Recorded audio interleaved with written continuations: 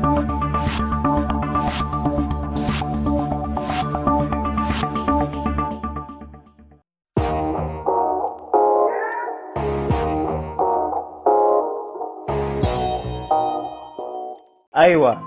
Assalamualaikum warahmatullahi wabarakatuh.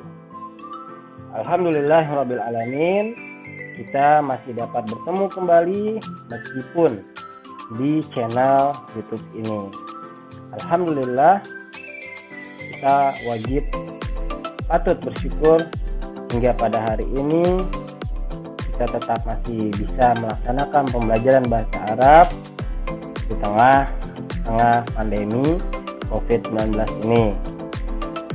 Insya Allah kita dapat dipertemukan secara langsung, khususnya untuk murid-murid saya MTS Khairiyah Mansuriyah dan murid-murid saya yang lain di luar Madrasah Tsanawiyah Khairiyah Mansuriyah. Saya ucapkan ahlan wa sahlan di channel saya. Ini sifatnya kita belajar bersama, tidak terlepas hanya dari murid-murid saya. Aywa, pada hari ini kita akan belajar Ad-Darsul Lughatul Arabiyyah, masih tetap bab 2 tentang Al-Marafiqu wal Adawatul Madrasiyah, tentang fasilitas dan perlengkapan sekolah. Akan tetapi pada pertemuan kali ini kita akan melakukan pembahasan Tarkibul Lughah. Mahiyya Tarkibul Lughah? Apa itu Tarkibul Lughah? Tarkibul Lughah adalah gramatika bahasa yang akan mempelajari cara menyusun atau membuat kalimat bahasa Arab dengan benar. Apa saja yang akan kita pelajari? Langsung saja sebelum kita memulai lebih lanjut, hayya bina nabda bil basmalah. Mari kita memulainya dengan membaca Bismillahirrahmanirrahim.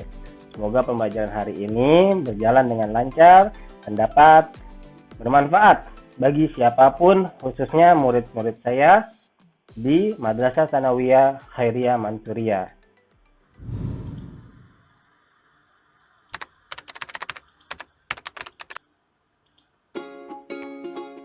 Aywa, mubasyaratan. Langsung saja kita akan memasuki pembahasan yang pertama, ad-dhamair, yaitu kata ganti orang tunggal. Ad-dhamair adalah bentuk jamak dari dhamir. Maka dhamir terbagi menjadi 3 bentuk, yaitu yang pertama bentuk orang ke-1 atau orang pertama, yaitu mutakallim mufrad. Lalu bentuk orang kedua sebagai mukhatab atau mukhatabah mufrad. Lalu bentuk orang yang ketiga yaitu ghaib atau ghaibah mufrad.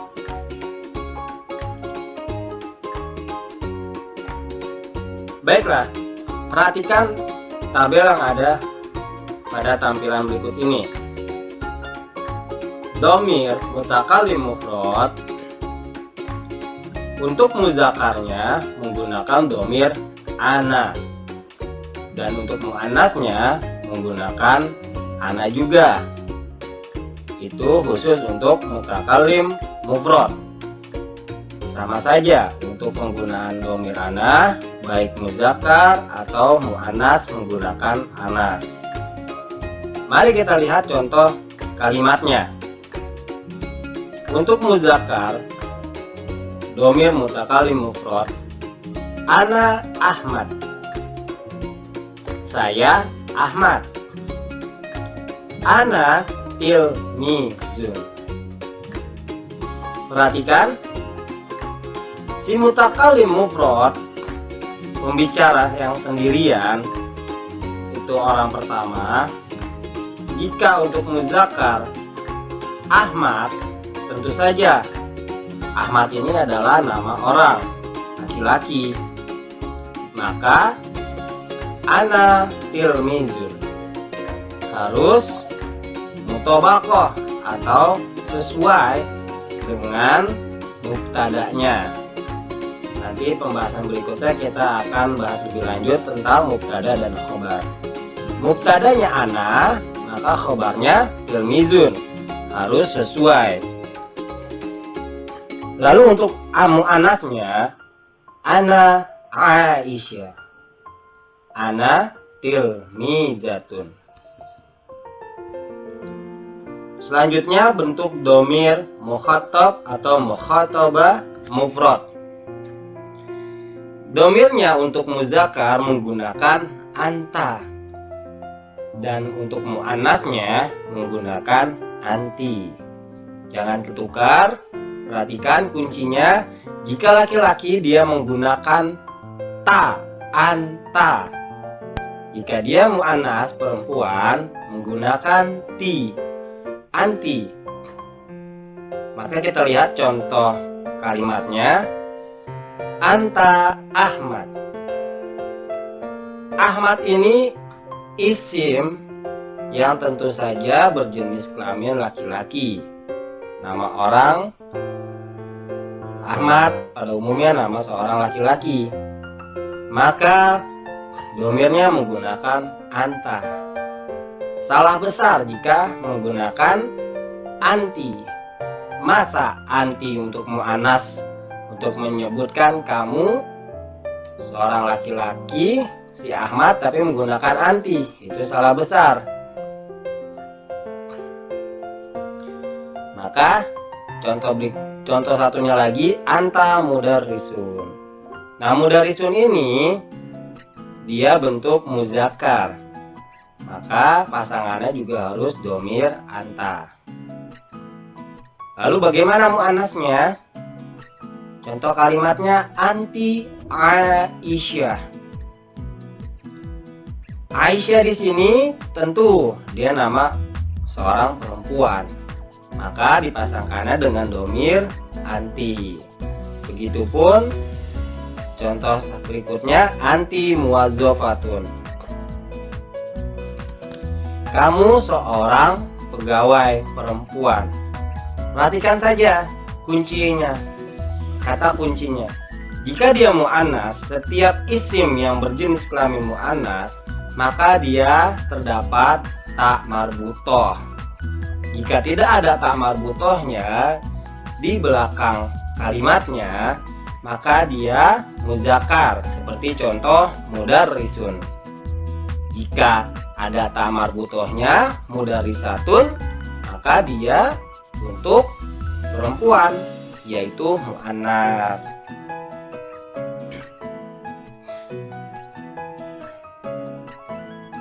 Berikutnya, pengertian domir ghaib atau ghaibah mufrad. Jadi yang dimaksudkan ini, domir digunakan untuk membicarakan seseorang atau orang lain yang tidak ada keberadaannya di depan kita atau di sisi kita. Ya, sama aja seperti yang kita kenal, itu kita gosipin orang ya, kita membicarakan orang. Kita lihat contoh kalimatnya. Jika muzakkar, terlebih dahulu itu menggunakan domir huwa. Jika muannas perempuan, maka menggunakan domir hiya. Contoh kalimatnya, huwa Hasan, huwa muhandisun. Dia seorang laki-laki itu bernama si Hasan.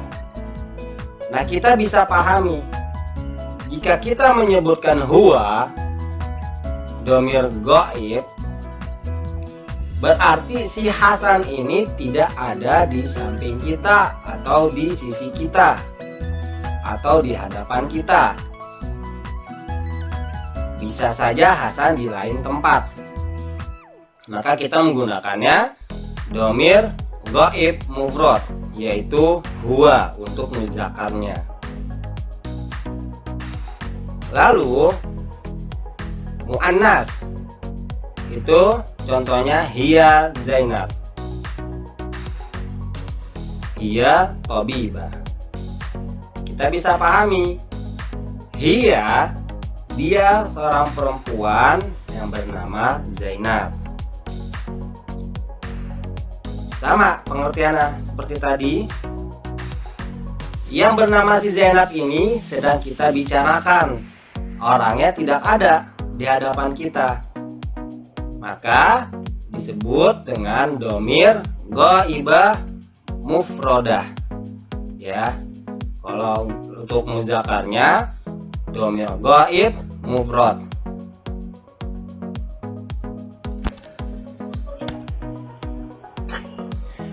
Ayo nastamir. Selanjutnya ismud domir lil mufrad, kata ganti kepunyaan. Dia terbagi menjadi dua, domir munfasil lil fa'il. Maksudnya dia kata ganti orang atau pelaku. Lalu berikutnya domir muttasilun lil milki, maksudnya kata ganti untuk kepunyaan. Oke, mari kita bahas. Untuk domir munfasilun lil fa'il, kata ganti pelaku saya atau aku itu menggunakan ana. Dan pelakunya jika kamu laki-laki, kita menggunakan anta. Dan jika pelakunya perempuan, kamu perempuan, kita menggunakan anti. Lalu si fa'ilnya ini, pelakunya dia laki-laki, kita gunakan domir huwa. Jika perempuan, dia perempuan, menggunakan domir hiya. Nah, ini dia berikutnya yang masih sulit dipahami bagi pembelajar bahasa Arab pemula tingkat madrasah sanawiyah ataupun SMP. Untuk domir muttasilun lil milki, misalkan kita ingin membuat kalimat ayahku, ayah saya. Mufrodat dari kata ayah bahasa Arabnya abun. Maka jika kita ingin membuat kalimat ayah saya, itu bukan abun ana, salah besar. Tetapi nanti kita menuliskannya bukan abun lagi, tapi menjadi abi, karena huruf belakangnya itu kita ganti dengan ya mati sebagai bentuk domir muttasilun lil ana, untuk kata ganti kepunyaan saya. Dan jika kamu laki-laki itu perempuan, misalkan saya berbicara kepada seorang laki-laki yang dia di hadapan saya mengatakan ayahmu, maka menjadi abuka, bukan abu anta. Itu salah besar dalam bahasa Arab. Maka penulisannya langsung digabung dengan huruf K dan harokatnya fathah, abuka. Jika saya berbicara di hadapan saya, misalkan seorang perempuan, saya mengatakan ayah kamu, bukan menggunakan abu anti, melainkan menjadi abu ki, untuk mengucapkan ayah kamu, bahwa lawan bicara saya ini seorang perempuan.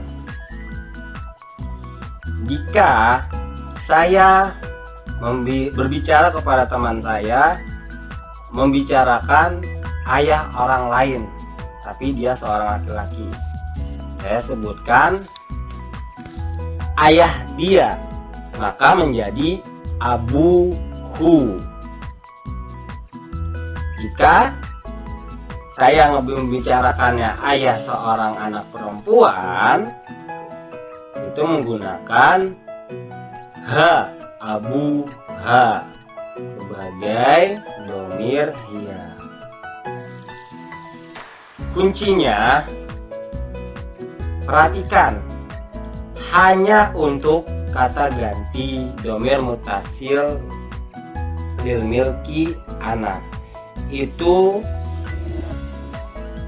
abun diganti menjadi kasroh, menjadi abi, tetapi yang lainnya menjadi tetap abu, tinggal ditambahkan dengan kata ganti mutasil, dhamir mutasil lil milki yang sudah tertera.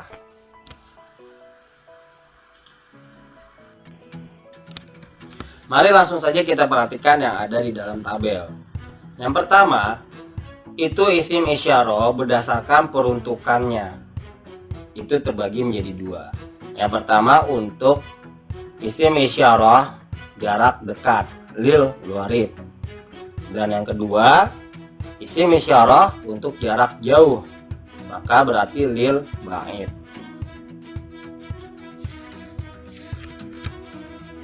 Yang pertama, lil gharib, untuk lil muzakkar, laki-laki, kita menggunakan isim isyarahnya menggunakan haza, kata haza. Contohnya, haza mahmudun. Salah besar jika kita ingin maksudkan lil muzakkar, menyebutkan isim isyarah yang peruntukannya untuk jarak dekat, haza mahmudah, itu salah besar karena haza digunakan lil muzakkar untuk laki-laki. Maka yang tepat, yang benar, haza mahmudun. Begitupun yang lil muannas untuk yang perempuan, kita menggunakan isim isyarahnya dengan kata hazihi. Maka contoh kalimatnya hazihi mahmudah, ya, sesuai. Hazihi itu kata isim isyarah lil gharib lil muannas untuk menunjukkan suatu jarak yang dekat dan dia berjenis kelamin perempuan. Maka salah jika menggunakan hazihi mahmud, salah besar. Lalu yang lil ba'id untuk jarak jauh, lil muzakkar kita menggunakan kata zalika. Contoh kalimatnya, zalika kitabun, itu buku. Maka penerapannya, penggunaannya, jika kita mengucapkan zalika, maka berarti kita menunjukkan sesuatu benda yang jaraknya jauh dari posisi kita. Maka lil muzakkarnya kita menggunakan zalika. Lalu yang untuk perempuannya menggunakan kata tilka. Contoh kalimatnya, tilka mistaratun. Mungkin di antara kalian ada yang bertanya-tanya, Pak Husin, bagaimana kita menentukan itu kata benda jenis kelaminnya laki-laki atau perempuan? Makanya kunci yang paling tepat itu banyak-banyak menghafalkan mufrodat, kosakata. Karena jawaban simpelnya sudah dari sananya orang Arab menyebutkan bahwa penggaris itu dia berjenis kelamin perempuan. Bahasa Arabnya mistaratun. Mistaratun. Dan untuk buku, bahasa Arabnya kitabun. Sebenarnya ada penjelasannya lebih lanjut, namun kalian akan temui nanti di jenjang kuliah. Jika kalian berminat dan ingin mempelajari lebih lanjut bahasa Arab, itu ada pembahasannya, asal usul kalimat bahasa Arab. Baik, kita lanjutkan. Perhatikan, faslun di sini tidak diawali adanya alif lam atau al, maka bacanya hanya haza faslun, sehingga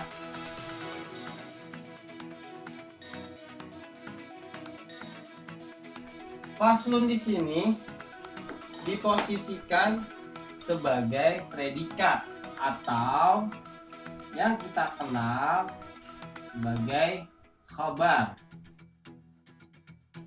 Dan haza berkedudukan sebagai mubtada atau subjek.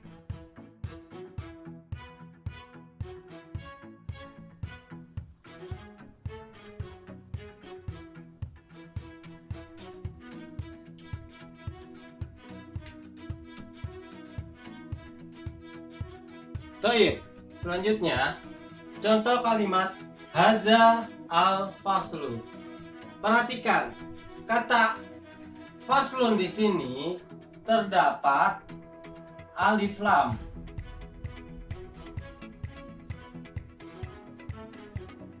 Ya, atau al.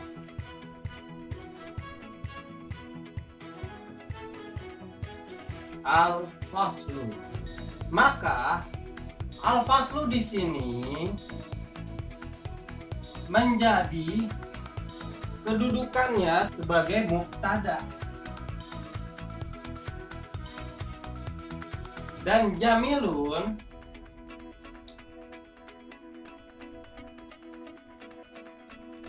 dia akan berkedudukan sebagai khabarnya. Paham? Secara arti, jika ada alif lam, haza al-faslu, sama aja maknanya seperti ini. Ini spidol. Maka kalimat ini spidol itu menjadi satu dan dia posisi kedudukannya sebagai mubtada. Khabarnya kalimat jamilun yang artinya indah. Maka kita bisa pahami bahwa khabar dari hazal faslu, keterangan ini kelas, khabarnya jamilun, maka sempurnalah artinya secara jelas dan sempurna secara mubtada dan khabarnya. Ini kelas yang indah. Bisa dipahami? Oke, berdasarkan tadi video, bahwasanya kita mendapatkan kesimpulan haza faslu, contoh kalimatnya, dan hazihi ghurfatun. Maka bisa kita lihat ini adalah contoh kalimat isim isyarah lil gharib, bahwasanya untuk muzakkar menggunakan haza dan untuk muannas menggunakan hazi. Perhatikan kaidahnya atau keterangannya. Kata faslun atau ghurfatun ini tidak diawali penulisannya dengan alif lam, yaitu al-faslu atau al-ghurfatu. Maka posisi faslun ini dijadikan sebagai predikat atau khabar. Maka haza ini menjadi subjek atau mubtada. Karena kita dalam bahasa Indonesia mengenal SPOK, tentu kita gunakan untuk menerjemahkan bahasa Arab ke dalam bahasa Indonesia dengan kaidah bahasa bahasa Indonesia. Perhatikan contoh yang kedua. Hazal faslu jamilun. Hazihil ghurfatu jamilatun. Di sini kata al-faslu dan al-ghurfatu dia terdapat alif lamnya. Maka jika faslu dan ghurfatun itu diawali dengan alif lam, posisinya disandingkan atau dijejerkan setelah kata haza atau hazihi, maka dia menjadi satu kalimat yang berkedudukan sebagai subjek atau mubtada yang kita kenal dalam bahasa Arab.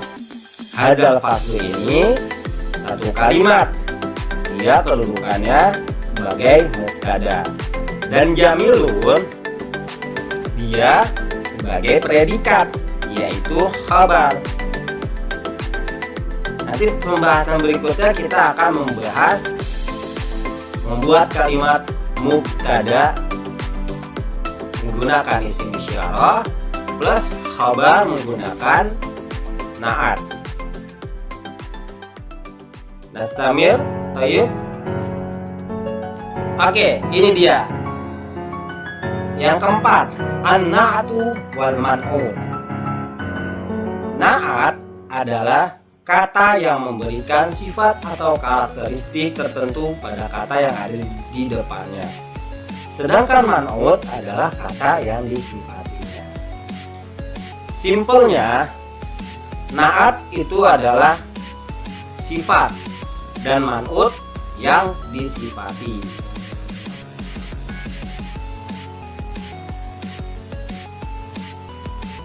Aywa, ini adalah berikut contoh mengenai na'at dan man'ut. Perhatikan di dalam tabel. Yang pertama itu kalimat Ibrahim tilmizun nasyiyatun, yang artinya Ibrahim adalah siswa yang rajin. Mari kita analisa kedudukannya. Kata Ibrahim dia berkedudukan sebagai mubtada, dan kata tilmizun dia berkedudukan sebagai man'ut. Sedangkan nasyitun berkedudukan sebagai na'at.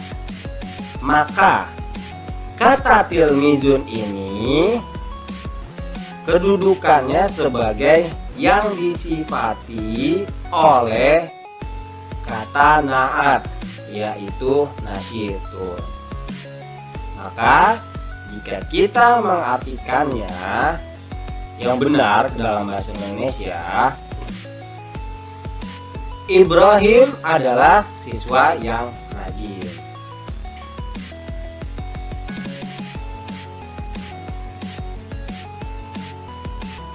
Lalu berikutnya, kalimat Fatimatu tilmizatun nasyitatun. Fatimah adalah seorang siswi yang rajin.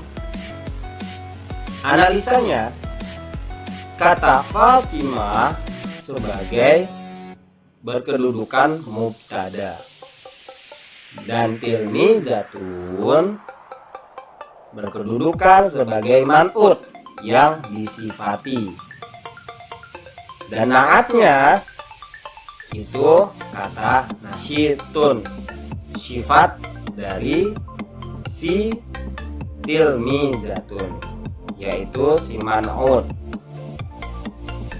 Jadi mudahnya Fatimah adalah siswi yang rajin. Jadi Fatimah ini mubtada, tilmizatunnya itu man'ut, nasyitunnya na'at.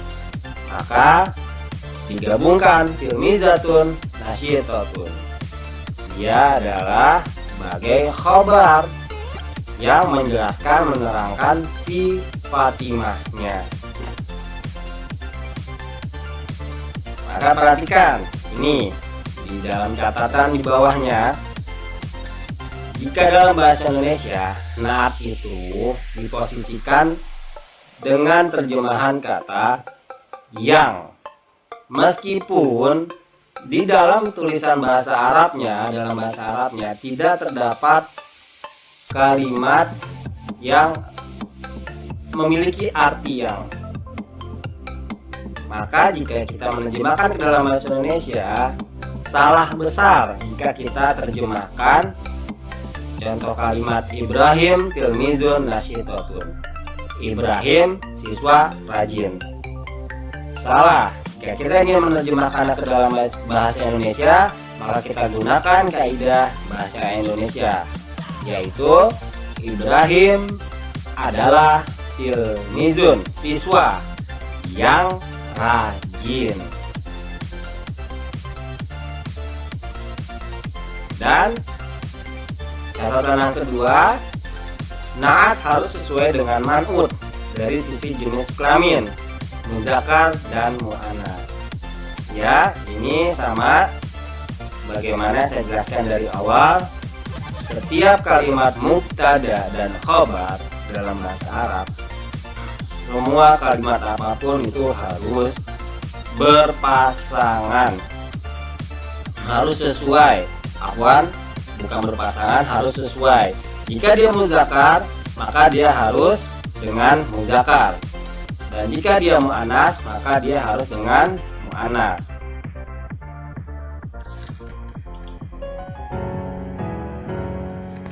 Aywa, ini dia tadi yang saya maksud sebelumnya. Al-mubtada wal khabar. Mubtada adalah kata benda, isim, yang berada di awal kalimat dan berkedudukan sebagai subjek. Sedangkan khabar adalah kata yang pasti berada setelah mubtada dan kedudukannya itu sebagai predikat. Maka dalam pembahasan kita kali ini, saya ingin menunjukkan bagaimana bentuk al-mubtada itu menggunakan ismul isyarah plus al-khabarnya menggunakan na'at atau az-zarful makan. Siapa yang masih ingat az-zarful makan? Silakan kalian buka video saya sebelumnya. Itu di sana ada al-mufradat mengenai az-zarful makan. Maka lanjut. Bagaimana jika mubtada itu menggunakan isim isyarah plus atau disandingkan dengan khabar dari na'at? Perhatikan di sini. Hazal hammam. Haza al-hammam. Ini haza adalah isim isyarah. Seperti keterangan pada penjelasan saya sebelumnya, hazal hammam dia menjadi satu sebagai mubtada.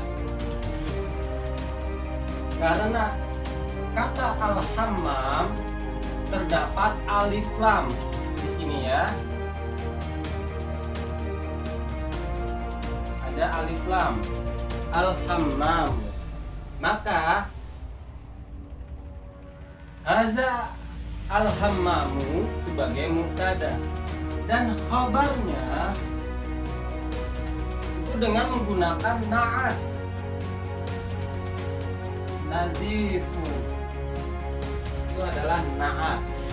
Maka na'at ini nazifun menyifati dari kata al-hammam. Taib.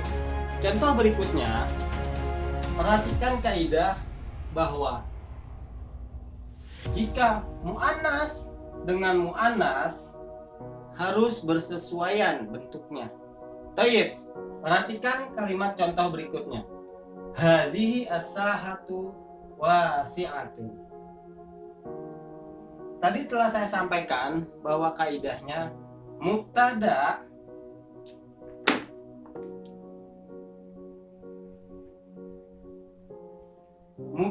dan khabar harus sesuai antara muzakkar atau muannas.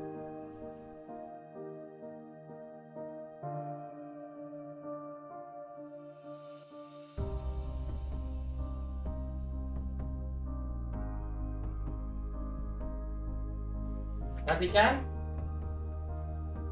mubtada di sini hazihi as-sahatu dan wasi'atun khabar. Wasi'atun naat dari hazihi as-sahatu. Jika mubtadanya muannas, maka khabarnya pun harus muannas. Paham? Tidak boleh jika mubtadanya muannas hazihi as-sahatu, khabarnya menggunakan muzakkar, atau misalkan di sini menjadi wasi'un.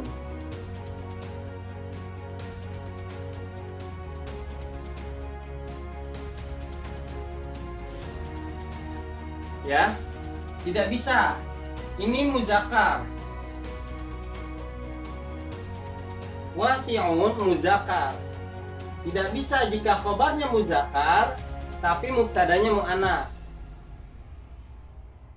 Maka perhatikan, di sini ada ta marbutoh.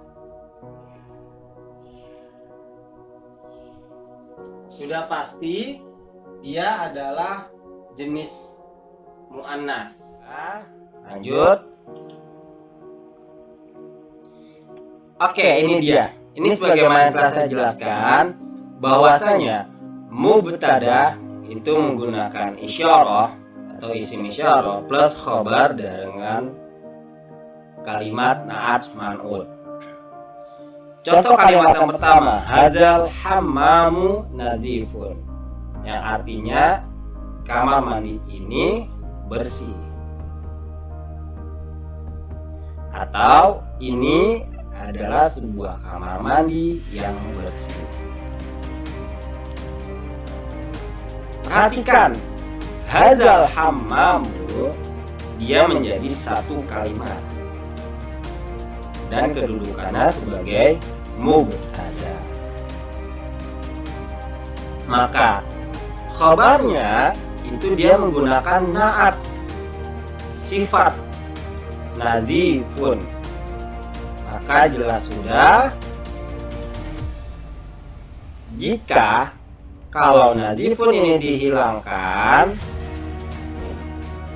khabar tidak akan menjelaskan mubtada atau tidak akan membuat mubtada itu menjadi kalimat yang sempurna. Bahwasanya kita akan berpikir seperti ini. Hazal hammam, jika nazifunnya dihilangkan, kita akan berpikir hazal hammam. Oke, ya, ini adalah sebuah kamar mandi. Tapi karena kita adalah seorang makhluk yang berakal, tidak akan sampai itu kita berpikirnya. Bahwasanya kamar mandi itu kenapa? Kamar mandi ini kenapa? Pasti akan ada keterangan selanjutnya. Maka dalam bahasa Arab, al-kalimatul mufidah tidak bisa jika hanya terdiri dari mubtada dan hanya mubtada saja tanpa khabar. Maka jika ditambahkan dengan khabar, jelas sudah untuk menjelaskan mubtadanya. Contoh selanjutnya ini, perhatikan, jangan keliru, adalah bentuk muannasnya. Karena contoh kalimatnya hazihi as-sahatu wasi'atun, yang artinya halaman ini luas. Perhatikan, Lalu kalimat berikutnya ada zalikal maksofu jadidun, artinya kantin itu baru. Dan yang terakhir tilkal maktabatu kabiratun, perpustakaan itu besar.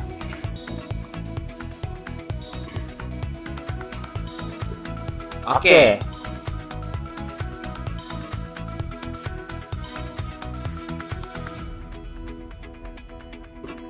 Ya, selanjutnya ini adalah mubtada, itu menggunakan isim isyarah plus khabar menggunakan dari zaraf makan.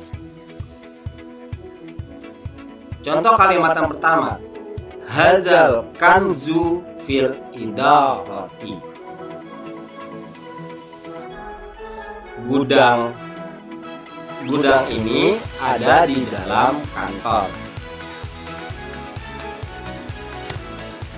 Maka perhatikan kata yang berwarna merah ini, hadzal kanzu, dia berkedudukan sebagai mubtada, yaitu sebagai subjek. Nah, dan khabarnya, predikatnya menggunakan keterangan tempat atau zorof makan yang bergaris bawah ini. Dengan kata fil itu khobar dari si mubtada, yaitu kalimat hadzal kanzu, menerangkan di gudang ini fil idarah, ada di dalam kantor. Jadi maknanya di dalam kantor itu ada gudang. Perhatikan yang kedua, susunannya pun tidak harus ada kesesuaian antara muzakkar atau muannas. Lalu setiap kata yang jatuh setelah adawatul jar atau zorof makan, ini yang bergaris bawah, maka huruf akhirnya atau kalimat berikutnya, yaitu si isim, kata benda itu dibaca kasroh. Walaupun pada dasarnya alal maktabati, kalimat al maktabati ini berasal dari kata al maktabatu, marfu. Maka jika dia bertemu dengan adanya harful jar atau zorof makan, maka dia menjadi berbunyi kasroh. Begitupun selanjutnya, zalikal maidanu amamal ma'mal, lapangan itu ada di depan laboratorium. Untuk mubtada, susunan mubtada itu harus sesuai muannas muzakkarnya. Tetapi jika khobar yang menggunakan dari zorof makan, tidak perlu, boleh tidak dengan sesuai muzakkar muannasnya. Lalu contoh yang terakhir ini yang keempat, tilkal ghurfatu bainal masjidi wal ma'hadi. Ya, di sini perhatikan zorof makannya ada dua, terdiri dari dua isim, yaitu al masjidu dan al ma'hadu. Boleh lebih dari satu isim. Yang terpenting menggunakan kata wa. Sekalipun dia menyebutkan 3 tempat. Misalkan ruang itu ada di antara masjid dan ma'had.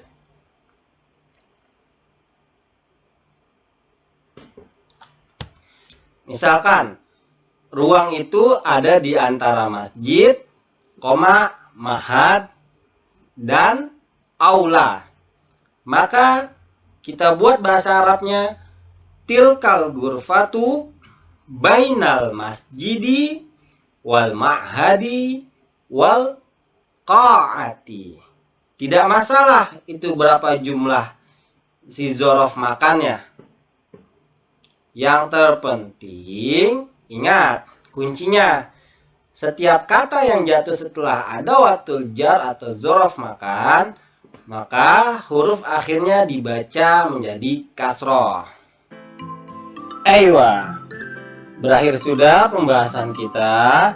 Bagi murid-murid saya yang berasal dari Madrasah Tsanawiyah Khairiyah Mansuriyah, pesan saya jangan lupa buka kembali Google Classroom dan kerjakan tugas latihannya yang tertera pada petunjuk di Google Classroom-nya, lalu kirim ke Google Classroom atau boleh kirim via WhatsApp saya.